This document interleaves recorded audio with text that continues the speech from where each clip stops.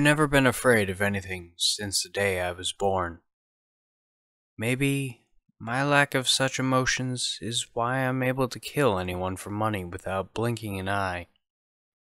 I guess it also helps that I grew up to be 6'3", 220 pounds, and heavily specialized in close combat. So, I rarely get into fights, except for those who try to prevent their own fate. That never turns out well for them. Oh, and you can call me K.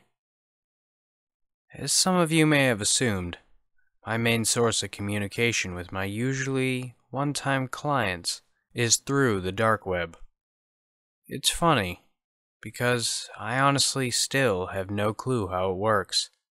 But that's why I have my most trustworthy acquaintance doing all the paperwork, so to speak. Let's call him M. M deals with the in and outgoing messages from various clients daily, as well as being my personal accountant. The hit can range anywhere from 20,000 to well over 100,000. It depends on who the person is and the level of risk involved. I'll give you a quick rundown of how we operate before I get into the main story. Once a hit has been issued and the money wired through, after M's approval, as well as my agreement, we do not accept every hit order, just an FYI.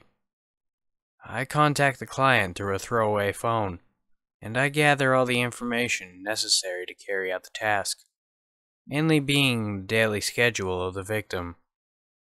I take about 3 to 4 days to sketch myself out a rough blueprint of the area where the victim will be, noting all entrance and exit points, security cameras, police patrols, and a bunch of other variables that depends on the location. On the 5th day or so, I go in for the kill, call the client to confirm the death, and then I usually never hear from them again. Call me a psychopath, but I never felt any remorse or guilt after ending a random person's life. I never had any nightmares or the ghosts of my victims coming to haunt me, because honestly, that's all campfire stories. I got my most recent call for a hit about a week ago, and met up with me at an empty diner around 7:30 a.m. to discuss potential clients who have reached out over the past week. One guy wanted his wife dead for cheating on him. Another wanted to kill the CEO of some corporation after he lost his job. Pretty much the usual cliché reasons. Then, he mentioned a father who wanted his 8-year-old son dead. Now, as much as I sound like I have no morals, which, quite truthfully, I don't, I still have a personal rule where anyone under 18 is off limits for assassination. Maybe it's because my older brother was killed in a drive-by shooting 15 years ago, just 3 days before his 18th birthday. I don't know, but a lot of other hitmen have the same rule, except they usually also put women off limits as well. I'd like to consider both genders equal in terms of hit contracts. Anyways, my initial response to the father's request was simply, no thanks, until M mentioned the amount of money this seemingly desperate man was willing to pay. $500,000.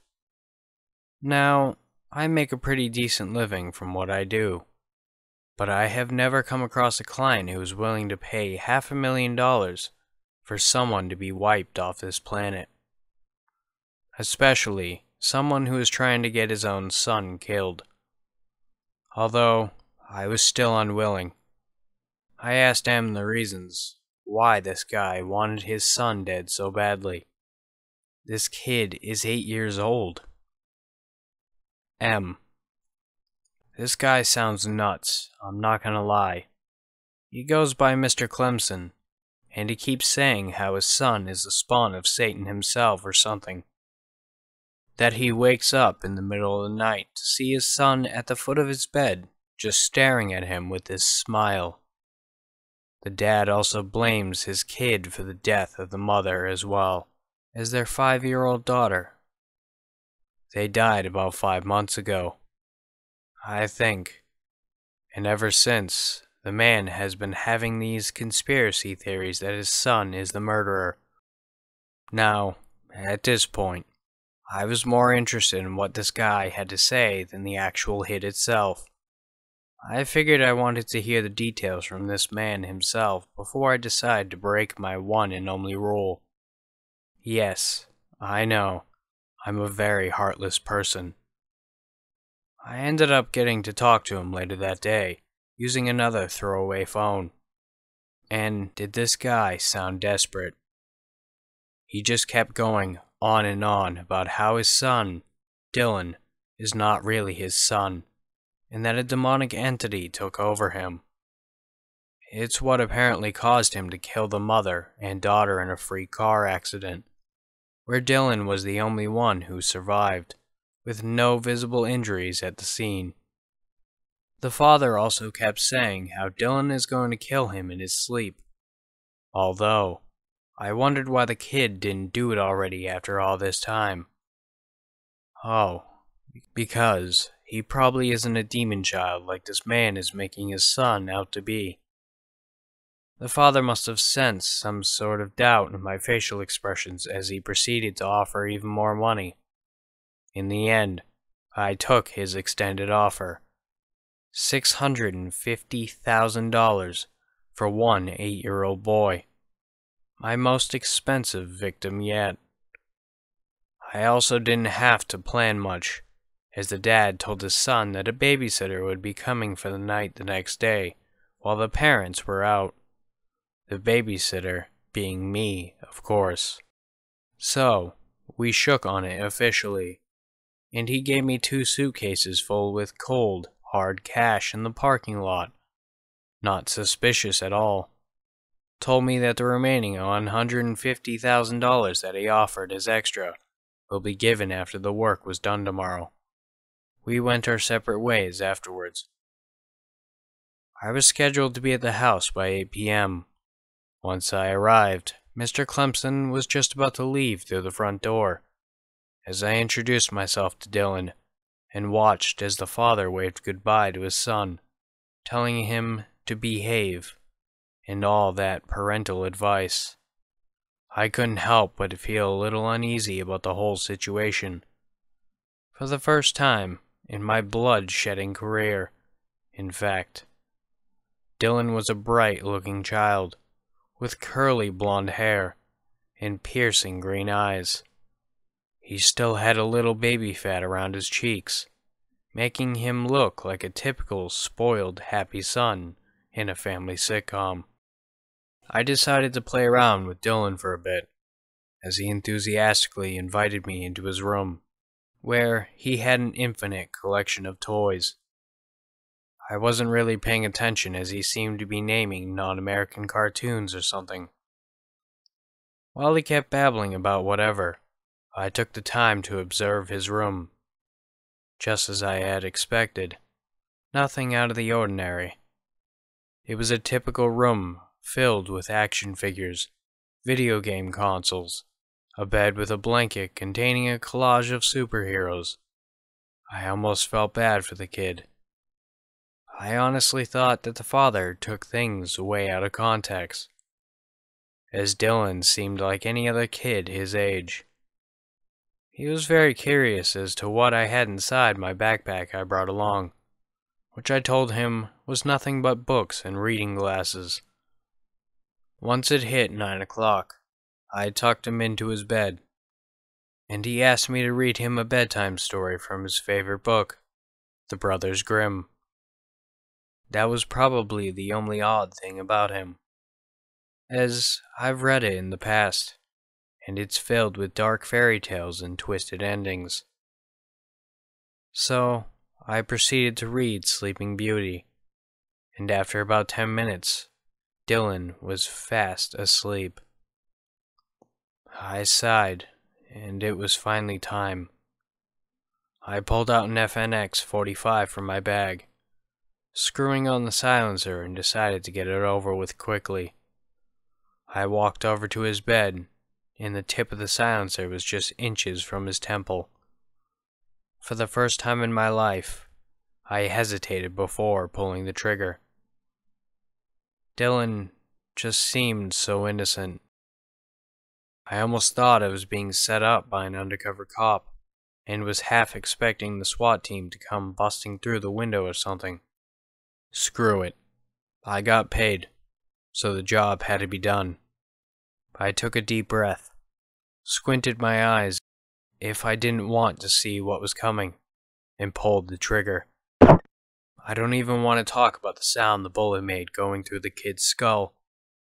I ended up running over to the bathroom and threw up all over the sink. I didn't even bother cleaning it up. Not that the father would even care. After all, I just killed his one and only son. I texted him to tell the father that the job was done.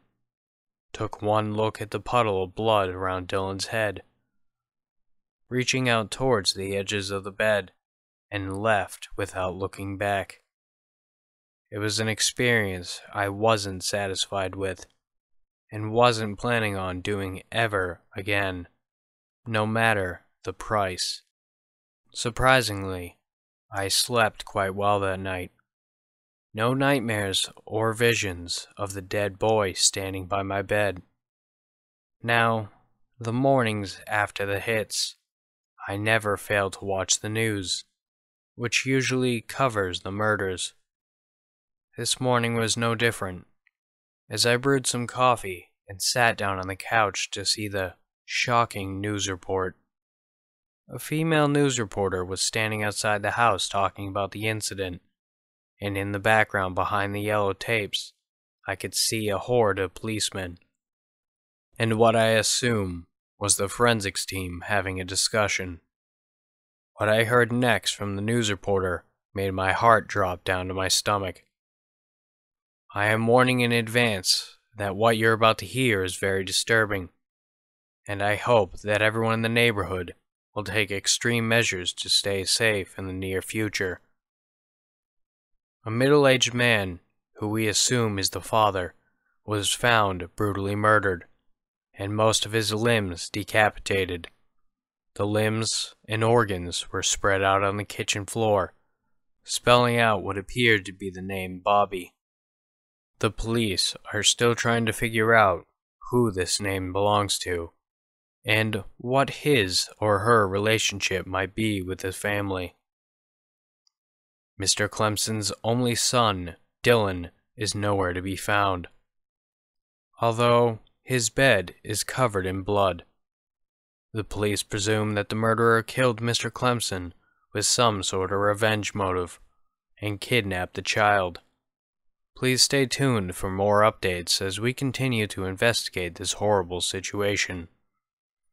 And our thoughts and prayers go out to the Clemson family, along with their relatives and friends. And now, I'm writing this post. I took a good 20 minutes before writing to process what the reporter said, and I am scared. This was the last thing I was expecting. I should have never accepted the father's proposal. I should have stuck to my one and only rule. Because now, ironically, I think it's my life that's in danger now. You see, when I introduced myself to Dylan, I was obviously not going to use my real name, so I thought of a generic first name on the spot. I think you get the gist. Hey everyone, thanks for watching. I appreciate it a lot. And also, big thanks to my patrons, and if you want to support me, the link to my Patreon is in the description below. And if you want to hear more scary stories in the future, don't forget to like, subscribe, and comment on this video. Thank you.